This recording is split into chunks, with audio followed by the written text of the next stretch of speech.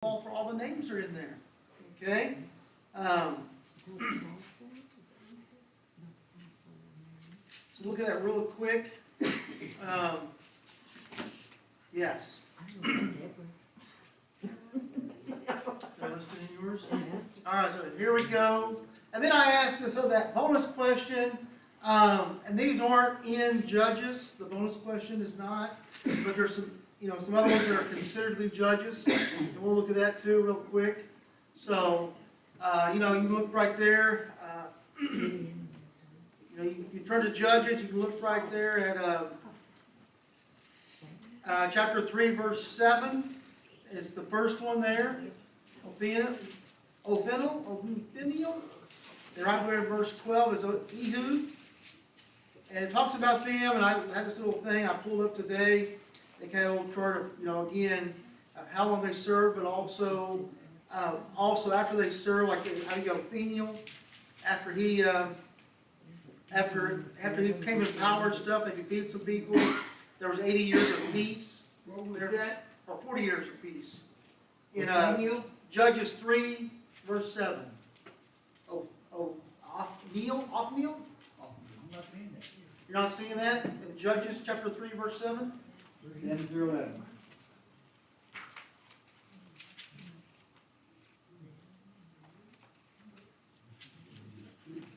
His name shows up in verse 9. Okay. You got that one? So it'll be 3 and 9. Yeah, it was where you see his name, yeah. Yeah. But his story starts in verse 7 Okay. of when he started that, when God started doing work there and give us a little description there.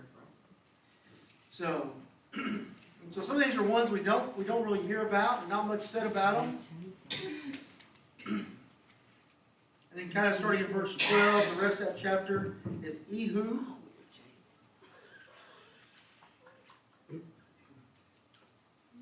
And then the very last verse in chapter 3 has Shamgar. Okay. And then in chapter 4 we have Deborah and Barak there, correct? Okay, and then Deborah's story's longer. Deborah. Huh? Why? Because she's got a song. Because it has her song in there. So. And then we have there, chapter 6 is when we see Gideon. There around verse 11. So Judges chapter 6, verse 11, Gideon. And again, his story is a little bit longer. He did a little bit more stuff, possibly. And now the only thing confusing, okay, is chapter 9. Okay, Abimelech. Okay, just because his name's mentioned, you think, well, that's a judge. But he's not. He was a king. And he was kind of like a self-appointed king. He kind of worked his way in. He was not God's chosen king, anything like that. It was just kind of like a family deal kind of thing. He was appointed king there. But he was not a judge. So again, that's why I say you got to be careful of the names, not to read those, because that is one that's not a judge. Okay? And so you go to chapter 10 to see the next two, Tola and Jair. You can see their stories.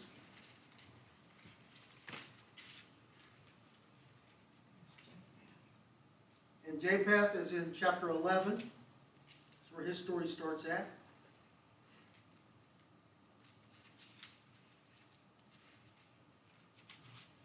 And then in chapter 12, the next three, Ibzan, Elon, and Abdon, are all right there together in chapter 12, verses 8 through 15. Is their story of what they did and their serving. And then we come to one that's surprised. Again, the next one, Samson. I think he was a judge. His story, like, man, what he did, he was judging. He was somebody that God appointed to be a judge. But yeah. And so that is one of the ones that, kind of throws people off sometimes. And so that's really all those, okay? And then, some other ones there, I put at the bottom there. Joshua, some people consider him to maybe be a judge, okay? And then after Judges, Joshua judges Ruth, and then you have Samuel. And so some people say Eli and then Samuel were both maybe considered judges at that point in time, okay? So, but again, hey, we just walked through Judges that quick, didn't we? But again, some good stories there, good things to catch up on. And again, you may say, well, man, I don't need to know that stuff. But maybe God's got a purpose and a reason for that tonight, for us to walk through that and look at that, and maybe give us something to read the next couple weeks, at home or whatever. What would make them a judge? What would make them a judge? Well, one of the things I've read is that basically maybe some military strength in there, but also people would come to them with their problems, with their arguments or whatever. Kind of the court. They would be the person you would come to. Because you remember again, when Moses was alive, you remember everybody came to him with all their stuff, and he got so busy. He's like, man, we got to do something else because I can't do anything. I can't get anything accomplished. Were these ordained or appointed by the high priest? I'm going to say again, Some of them are priests. some of them are because again, Eli and Samuel would have been priests there. But I'm called by God. Yes. Oh, my That's God. what I was getting at. Yeah, they're called by God because again, there's just no other way they would have known that, and again had that It was prior authority. to kingship, it was between Joshua, the time of Joshua, he was the first judge over the children in the land. Mhm. And there was priests that did the service, Yeah, the sacrificial services and stuff like that. But there was a different office Mhm. for the most part. Yeah, And then when you got to judges, you see that there was an office that Joshua kind of set up Mhm. in the time to come. And they were supposed to be the rulers within the families, the different tribes and tribal groups. yeah. And so yeah, they were called by God in a sense, appointed by God to do that job. But again, it was a very very much like today. I mean, our judges have a very important job, decisions to make, and In the case again. of Gideon, God sent an angel to talk to him, right? Mhm. Yeah, because he was And the whole deal with the dew on the sheepskin and all that. mhm. Have to do on the kind of, as I call it, the rug out in front, Right.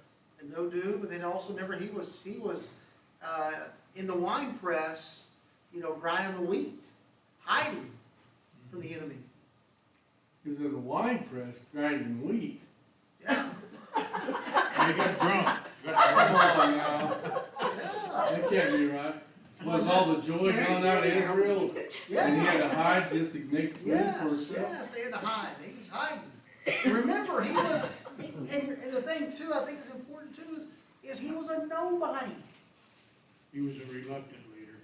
He Yes, was. he was. And that's the thing, again, I know we're working our way there, God's gonna bring us there, but again, we think about, as we're gonna talk about Abraham, we're gonna talk about some more about Abraham, but again, Abraham followed God and really didn't show reluctance in a sense, but then you got some of these guys, like a guy like Gideon, that it took 2 or 3 times for God to finally, for them to say, okay, I see you're really calling me.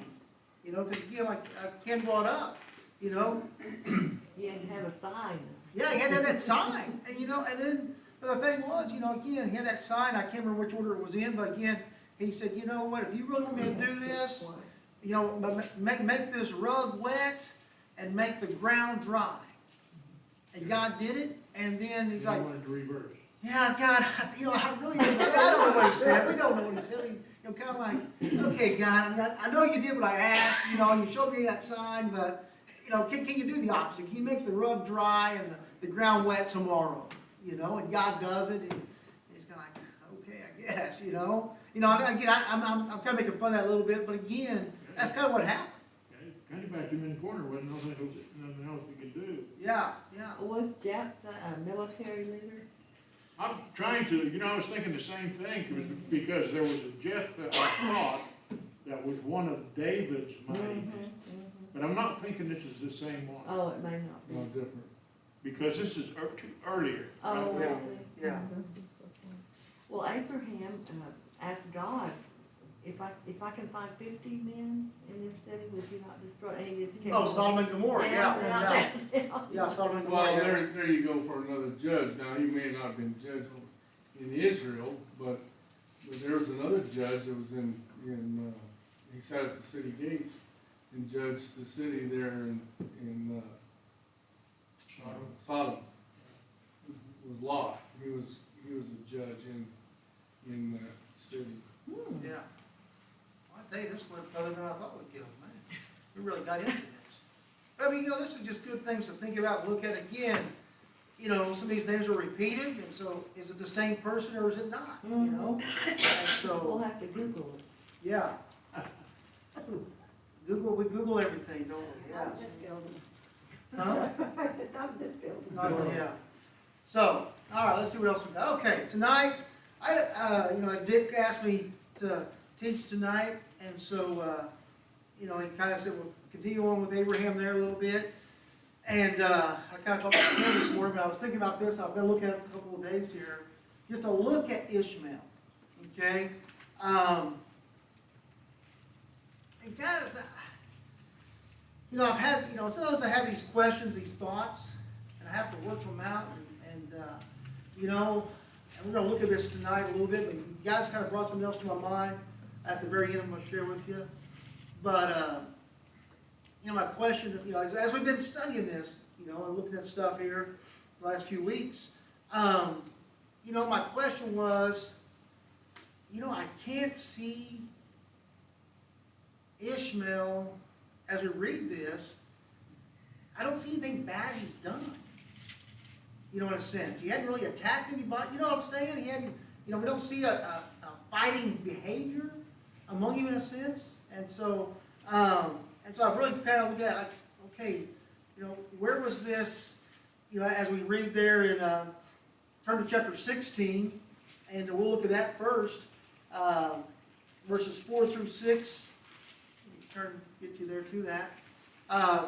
Somebody want to read there, Genesis chapter 16, verses 4 through 6. So he went into Hagar, and she conceived, and when she saw that she had conceived, her mistress became despised in her eyes. Then Sarai said to Abraham, my wrong be upon you, I gave my maid into your embrace, and when she saw that she had conceived, I became despised in her eyes. The Lord judged between you and me. So Abram said to Sarai, indeed, your maid is in your hand to do to her as you please. And when Sarai dealt harshly with her, she fled from her presence. Okay, thank you, Ken. And so again, we see this mistreatment, okay? And so again, I'm going to just remind us of that again, Sarai, again, I know we had fun that night, we talked about this part a little bit, but it was her idea, and kind of what she wanted to happen, happened, and when it happened, she, but kind of became jealous, in a sense, and so she had that envious, that anger towards Hagar, and so basically, she just treated her badly. We see there that Hagar runs away, okay? But here's what I want us to see next, verse 7. Somebody want to read, somebody want to read 7 through 10? I'll keep it short there. Verses 7 through 10 of chapter 16. Moreover, the angel of the Lord said to her, I will greatly multiply your descendants so that they shall be too many to count. The angel of the Lord said to her further, Behold, you are with child, and you shall bear a son. You shall call his name Ishmael. Did I go too far? No, you can go ahead and read verse 12. Okay. Because the Lord has given heed to your affliction. He will be a wild donkey of a man. His hand will be against everyone, and everyone's hand will be against him. And he will live to the east of all his brothers. All right, thank you. So again, here she goes out here into the wilderness, and an angel of the Lord appears to her.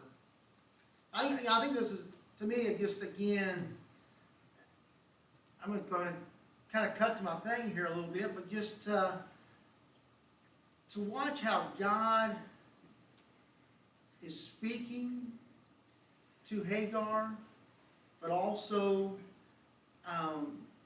if you'll notice this, his promises about Ishmael. You know, and again in this description here, as he said that in verse 12, this man will be like a wild donkey, his hand will be against everyone, and everyone's hand will be against him. He will settle near all his relatives.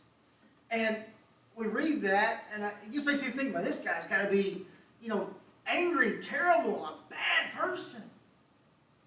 And yet, you know, as we go through this, we really don't see him really being angry or violent against anybody, you know, in his growing up and stuff. And you know, maybe that's not important, I don't know, but, you know, I think about that and go, man, I want to see this guy be angry. I want to see how wild he is. And, but I think about that too, is we hear that, and that gets in our mind. That this guy, you know, is, let's say, a wild donkey. You know, and I don't. Well, he said something to Isaac, you know, and they. Yeah, yeah. They said bye-bye. Yeah, yeah. And again, we really don't know what he did, and that's later on here. But yeah, he does something to Isaac, and again, Isaac is just a little child at this point in time. And so we don't know what happened, but, you know, there's lots of different things people say. But yeah, it was just bye-bye, see ya, you're gone. Well, I think maybe part of it is that these people were shepherds. They were pretty mild-mannered people. They were nomads. They lived within, lived a pretty peaceful life. The Bible does, I think, indicate that Ishmael was a kind of the opposite of that. He was a hunter and what have you. He liked to be out hunting game and what have you. He didn't fit the mold of what the rest of the tribe, you might say, was like. And that's the only thing I can get out of it. Yeah, yeah. Is that he was just different. As far as being a wild donkey and what have you, I'm like you, I don't see anything in the Bible that really indicates that he was a terrorist or anything like that, Well, like his Are ancestors. his descendants though? Well, and the thing. Well, no, if you dealt with horses or donkeys or, you know, those mules or whatever,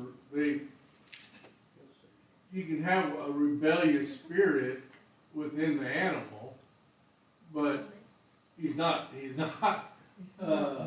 not mean. He's not like he's gonna kick. Well, some of them might kick stalls Yeah, down yeah, and stuff, yeah. whatever. Well, But what I'm saying is that he was a rebel in his spirit toward the things of God and towards his brothers and sisters, you know, and the other of Abraham's descendants. That doesn't mean he was a vicious or evil man, Yeah. or, you know, he did evil. He just was rebellious toward him. He just, you know, he might Mules and donkeys, stubborn. for their size, they are more agile, more sure-footed, Right. and stronger than horses are. Sure.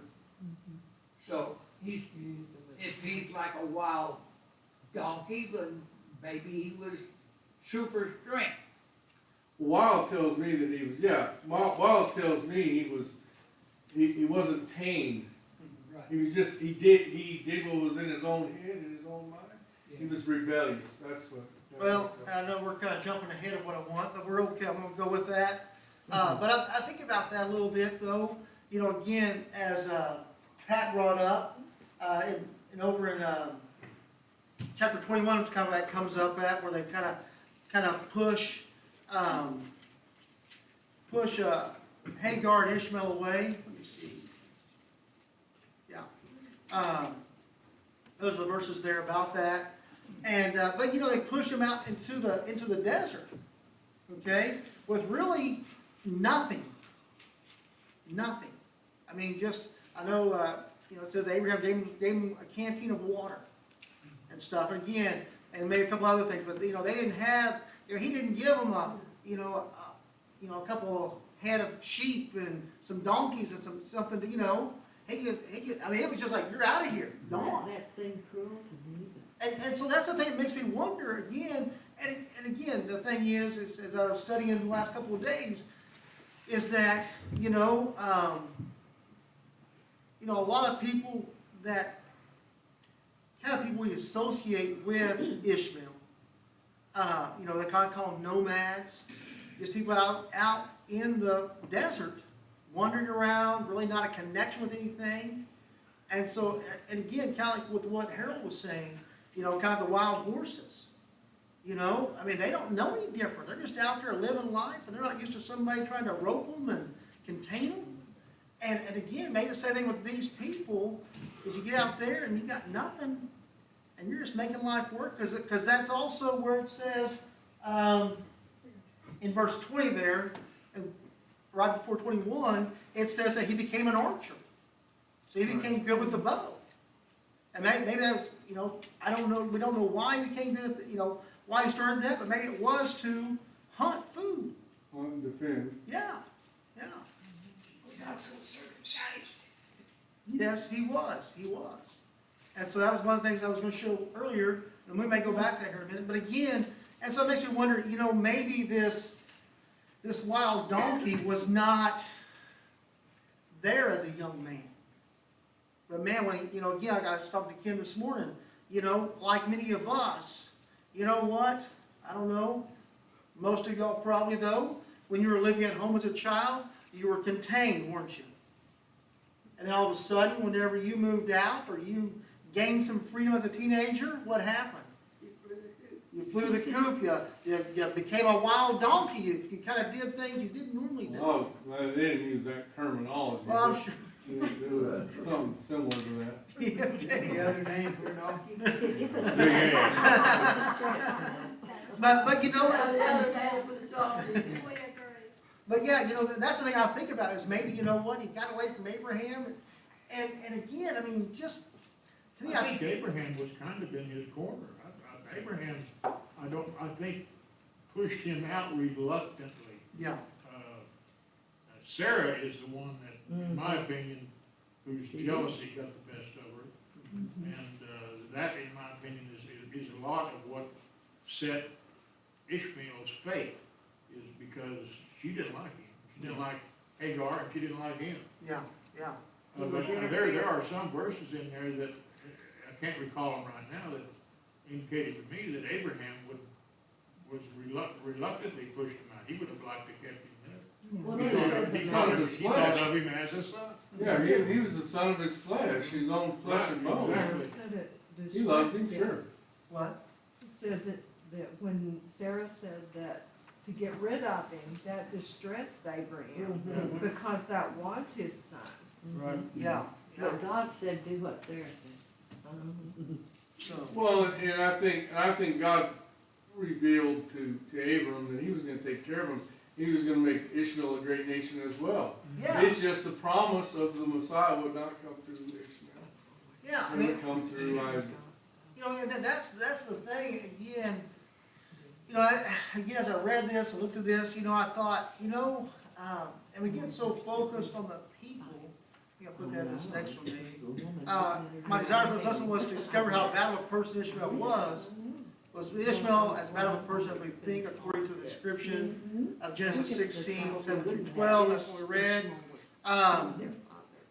But then and then chapter 25, we read about, again, the death of Abraham and stuff, but see that there was some hostility towards the family.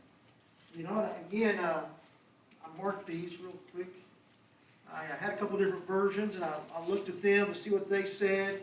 And again, Genesis 25, verse 18, and this here in the NASB, New American Standard, it says this: they settled from Havilah to Shur, which is east of Egypt, as one goes toward Assyria. He settled in defiance of all his relatives. So again, his relatives didn't even want him anywhere close, possibly. Right, and a lot of people, I was listening to a guy, last week, he was giving the history of the Muslims. And he said they are not descendants of Ishmael. Who's that? The Muslims? The Muslims are not descendants of Ishmael. Ishmael never went to Mecca or Saudi Arabia or any of those places. Muslim didn't come out till. They weren't there. But the descendants, Ishmael's descendants were not, Muhammad was not a descendant of Ishmael, is what I'm getting at. So they kept saying, well, our father's Muhammad, or Yeah. Abraham, and that's not true. Oh, yeah. And Ishmael settled to the east of the river in what we would consider Jordan, and in those days it would have been Moab, in that area. And so he took a wife from that area, and it was not into Arabia or Iran. Well, What does your verse 18 say about when he was buried? Mine said that, I think mine says, said what yours said. What, married? Or, Yeah, mine says he died in the presence of all of his brethren. I read verse 18. Yeah, that's what I'm reading. That's what it does say. It says that. Oh, he died in the presence That's what it says. of all of his brethren. Okay, well, verse 17, where you're at. Ishmael lived 137 years. He breathed his last and died. He was gathered to his people. No, verse 18. Verse 18. 18. Where They ours dwelt- says word in Syria, he settled in defiance of all his relatives, they say he died in the presence. Okay, that version says he died. No, it says that he died in the presence. Of all his brothers. What did you read? Well, so this other version, You just defiant? defiance, hostility. Yeah, the ESV's He different. settled in defiance of all his brethren. Yeah, Yeah, the ESV is different. 25. yeah. Man, that's a pretty good. Contradiction! The Bible's not true. There it is. There it is, I'm done, let's go home. Again, just different words for, I guess, just the hostility, the anger that was between the family. Okay? I don't think he died, I think someone pushed him away. He died spiritually or in defiance. You know, like the Jew said, you're dead. You Yeah, know, you're lots dead. of You're work. See, dead to me. in both the versions I read, just basically in 17, when they say how old he was, that he They did die. dwelt from Havilah as far as Shur, which is east of Egypt, as you go towards Assyria. That covers quite a bit of territory. Mhm. So it'd be pretty hard to die that he wasn't in their presence Yeah, somewhere. yeah, yeah. So, He went back to his mother. but, you know, the one thing I take in this is just, again, God's love That group. for everyone. You know, even Ishmael, he had a great love for Ishmael. He had a plan for Ishmael. He had promises to Ishmael. Okay? And so, again, God's love for him. But also it shows us, to me, yes. Well, the thing that has struck with me through the years reading this, after though they were abandoned out from the others, was when Hagar went out and they were just out there was nothing, no water, anything, and no food. And so she put him under a rock or whatever, so she wouldn't have to see him die. Mhm. And it says, God heard the cry of Yes. Ishmael. I love it. Because, Yes. you know, not hers supposedly, but he heard the cry of the child. Yeah, that's there in chapter 21, yeah. And so, yeah, I mean, just, you know, God's still looking after them. God, Remember our analogy this morning where God's outside of time, he sits above everything, he sees past, present, and future. Yeah. This was all in God's plan in my opinion, and, it worked out just the way he wanted it to. Yeah, I mean, that's the thing, I think, again, God's got this plan, we don't understand it, and again, I think about where we're at with the people in the Middle East. We look at them in such a negative way. And again, I mean, I'm not saying they're perfect or nothing, not like that, but, God's got them here for a purpose and a plan. I don't know, again, it's like, man, why? Why does he have them here? Come on, it's causing more headaches around our world. He's got a plan and a purpose for them. Well, was it his plan though for Sarah to give her handmaid to Abraham, or did it go to plan B? Well, I'm gonna say this, the one thing is that, in that, I'll look at, God never punished them for that. Did he? You wanna know what was pushed? When Sarai, at the time, gave Hagar to Abraham, okay, and Pat asked, was that part of God's plan? And I'm thinking, man, he never punished Depends on him. what you look on as punishment. There sure was no peace in that family after that. Yeah, but the thing was though, and much like us sometimes, We wanna help God out. we want to help God out, yeah. And I think every time Sarah saw Hagar and Ishmael, she thought of what she had done possibly. And her anger, but it was easier for her to get rid of them and be mean to them than maybe for her to realize, hey, I messed up. I messed this up. It was my fault. Well, yeah, that's what, this idea of this chosen people, or, Israel's God's chosen people, chosen for what? And I mean, they had a specific purpose to bring forth the Messiah, came through that line. But there was nothing good in Isaac that would say, oh, I choose Isaac over Ishmael. I mean, God was, he's not a respecter of persons in a way, in that way. He doesn't choose one because he's a good guy, and this guy because he's a bad guy. What about It's in their own nature, and he chooses according to God's heart, not according to man's heart. Samuel, 1 Samuel 16. Yeah. What you got, Sam? What about this, though? I mean, sometimes God gives us enough rope to hang ourselves. Exactly right. We make our own decisions, and we go our own way, and we make our own What? choices, and then all of a sudden, We got free will, Ken? you have to deal with Well, apparently we do. you have to deal with your consequences. I mean, like Ken said, look at the turmoil in their house after the decision was made. I mean, it was a nightmare. And I mean, how many of us have made that decision where we thought we were doing something good, and all of a sudden it just went downhill? Yeah. And you couldn't even throw the brakes on it. You had to get help to get it to stop. And I think that's what we're looking at here. God said, well, if that's what you want to do. Yeah, You made your bed, sleep in it. yeah. We talked about that some this morning. When you get to talk about free will, you can get way into the weeds real quick. But I think the long and the short of it is that, as we just mentioned, God sits above time. He can see the past, the present, and the future. We do have free will, but he knows what you're gonna do. Yeah.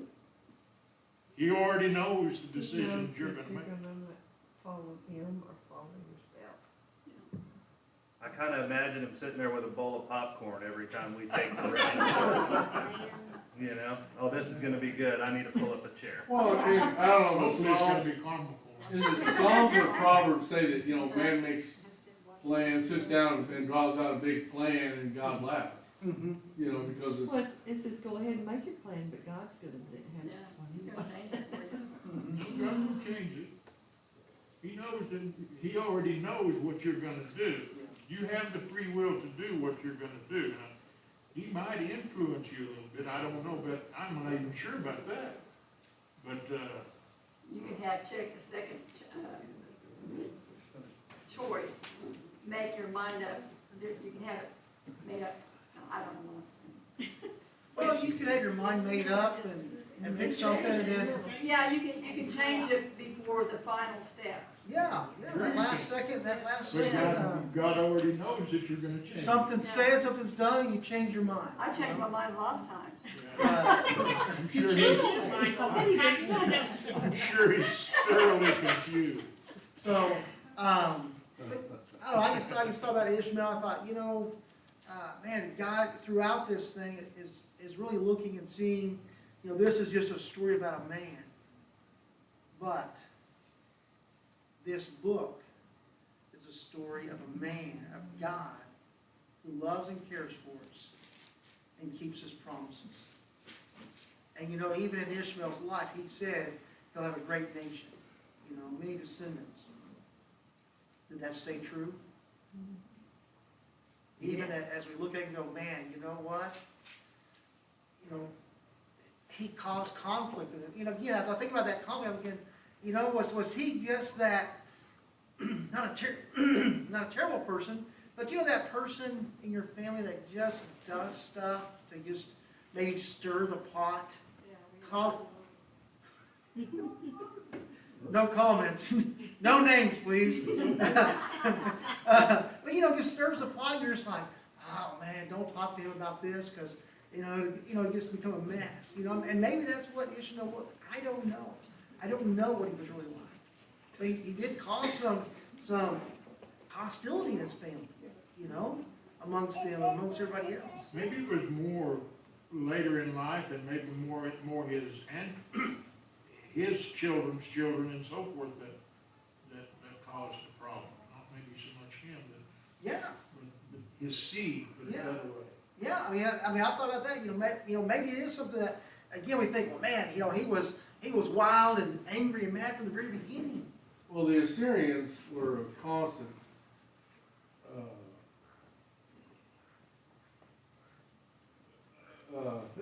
they were just a constant, I don't know how you say that, a thorn in the flesh or a poke in the eye to Israel. Every time Israel just thought they were gonna get settled, here comes Assyria with their army, or, you know, somebody was, you know, they were gonna get attacked on the edges or on the coast. Well, I mean, that's the thing to think about back then. It was a, you know, a constant battle for land. It was a constant battle to be the authority. It was, you know, you wanted to have the most land, you wanted to have the most people under you, the biggest army. Well, and to be kicked out of your inheritance of the land, Yeah. that's another thing, you know, I'm the oldest brother, I'm the oldest boy. I should be able to, I should get a double portion of every, and Isaac's getting all of it. This ain't fair, and I'm gonna rebel, and I'm gonna throw a fit, and I'm gonna take what I want when I want it, and I'm gonna be a pest, and I'm not gonna go too far, I'm just gonna go So, to the east a little ways, and I'm gonna be a mess in their hair. you know, and then it's time for us to go, but, you know, as you say that, it kind of reminds me of the prodigal son, the older brother, you know, prodigal son comes back, and the guy's like, hey, okay, we're gonna throw a party, and what's the older brother come back and say, I've been here the whole time, you never throw a party for me. How many of you have overlooked what it says in chapter 25, 1, 2, and 3?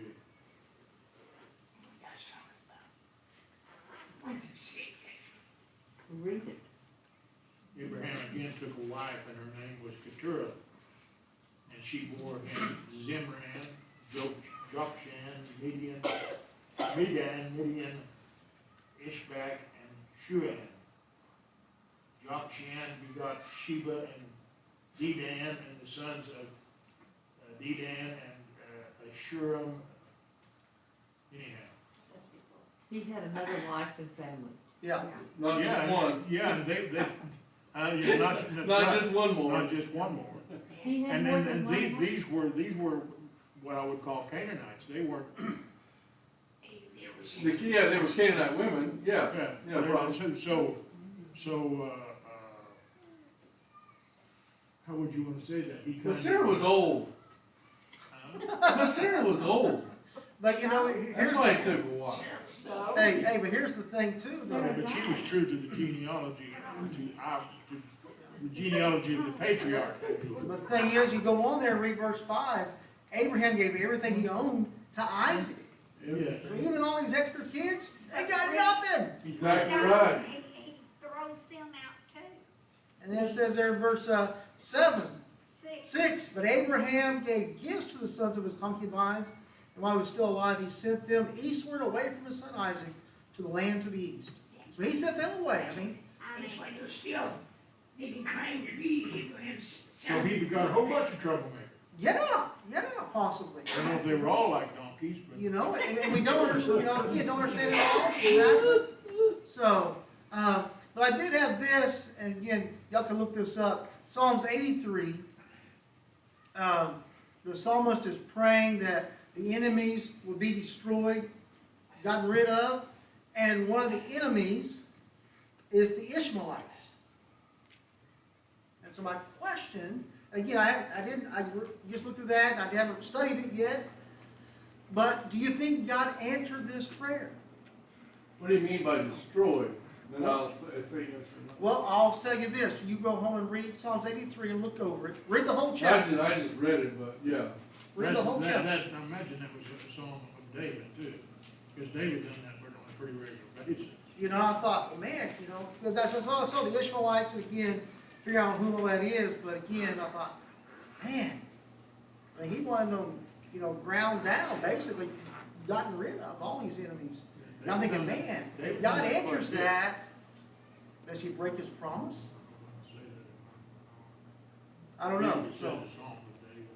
So that's what I meant, that's why I asked what do you mean by destroyed? Does that mean abate the enemy, or because in David's heart, he wanted him gone. Yeah, He wanted him out, he wanted him 6 foot under. yeah, And, So- and This is a song of Asaph. he said, yeah. but anyway, it didn't matter, any of those guys, they wanted Ishmaelites and the Canaanites and the Perizzites and the Moabites and all the rest of the bites, they want them all out. But when the Bible says destroy, especially in the King James, I could say, well, El Reno destroyed Oh, yeah. Mustang last night in the Yeah. football game. Well, they didn't destroy him, they just beat him up really bad. Yeah. And I score don't one. know, when he sent him out to destroy the Amorites, was it? Yeah, they were gone all. And they didn't destroy all the sheep and what have you, they brought some of them back home? He didn't care for that much. Yeah, but that's what I mean, what do you mean by destroy? Yeah, And because it says, they destroyed them all, when Gideon destroyed all the Philistines, well, then you find out, Samson's fighting the Philistines again, here, not 3 chapters later. Yeah. So obviously, it doesn't mean destroy. So whatever that word means, but yeah, just like I said, I mean, I didn't get the chance to really study that very well, but it just kind of caught my attention with the promises that God has kind of pushed for Ishmael, I thought, man, you could destroy them all, so. But again, I think the thing is, again, that last 2 lines, may we see the nature of God and not focus so much on the nature of man sometimes. Again, looking at what God's doing, who he is, he's faithful, he loves us, he cares for us. He has a plan for all of us. well, the Assyrians, if I'm right, if this guy was right, and if I'm right on this deal, I say, if I'm right, I'm not 100%, I didn't get to the sources. I said, but ask Jonah. Ask Yeah. Jonah what he thought about the Ninevites. Yeah. I mean, he didn't care for them too much. And yet when he went and preached, the whole city repented. Now God took them out later, destroyed the city later with them, but at the time, there's still Christians. In fact, there were still Christians in that old city where they had the statue of Jonah, and when the Muslims of the Caliphate came here just not 5 years ago or 6 years ago, is when they destroyed the church that was there, Jonah's church, or I can't remember the name of the modern city, the name of it now. But they finally got it destroyed, they knocked it down. And you know, it's lasted all these years since Jonah was there. And, even under Muslim rule, it was there, but then here in this last, you know, mess up, they Except for finally knocked it, went the in. one in knocked it down. Iraq, the one in Iraq. The one in Nineveh, or what's the old city of Nineveh, which is, Well, what is it? I- it might be Iraq or It is. Turkey, whatever Turkey is there. Well, Harold, Sue will here have to get the kids home to bathe and get ready for school tomorrow. Good. Sue will have to go to bed anyway, right? Bessie, it's about that time. She doesn't go to bed early, huh? So let's pray. I do appreciate you guys being here again. Let's pray. Dear God, come and thank you for this day. I think for this time of discussion, God. And look at your word, God, and come to understand it, and Lord, help us to dig in more throughout this week. Look at these things, and God, just again, may we know your nature more than anything else, God. You love and care for us, you have a plan for us, God. And Lord, we don't understand it all. May we come to just trust you in all things.